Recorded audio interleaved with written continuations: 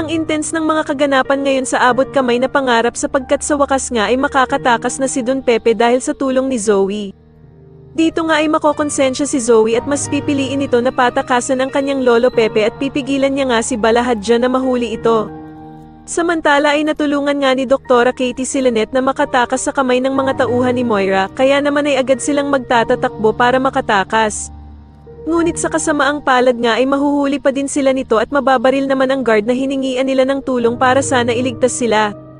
At dito nga sa sobrang takot nila ay magkakahiwa-hiwalay sila at maiiwan naman itong si Lynette na nakatago sa gilid ng sasakyan.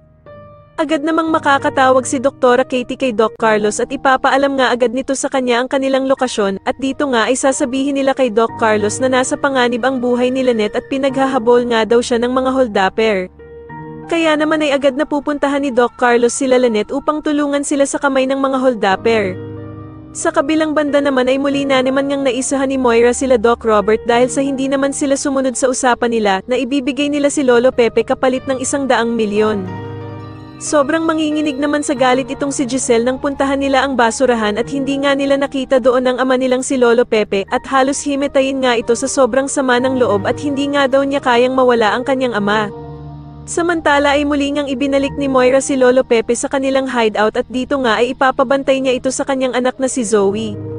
Hindi naman kakayanin ni Zoe ang iuutos ng kanyang ina na si Moira na kung magtatangka nga daw na tumakas si Don Pepe ay huwag siyang mag-aalinlangan na barilin ito at sasagutin naman siya ni Zoe na hindi niya daw ito kayang gawin sa kanyang Lolo Pepe.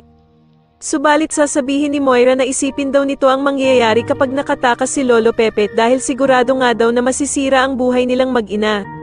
Sa tingin niyo magtagumpay kaya ang pagpapatakas ni Zoe kay Lolo Pepe at makauwi na nga kaya ito nang ligtas, mas lalo na nga talagang nagiging exciting ang mga susunod na kaganapan kaya naman ay mas lalo pa nating abangan ang mas lalong gumigandang abot kamay na pangarap. Maraming salamat po sa inyong panonood at sana po ay masubscribe niyo ako. Maraming salamat po.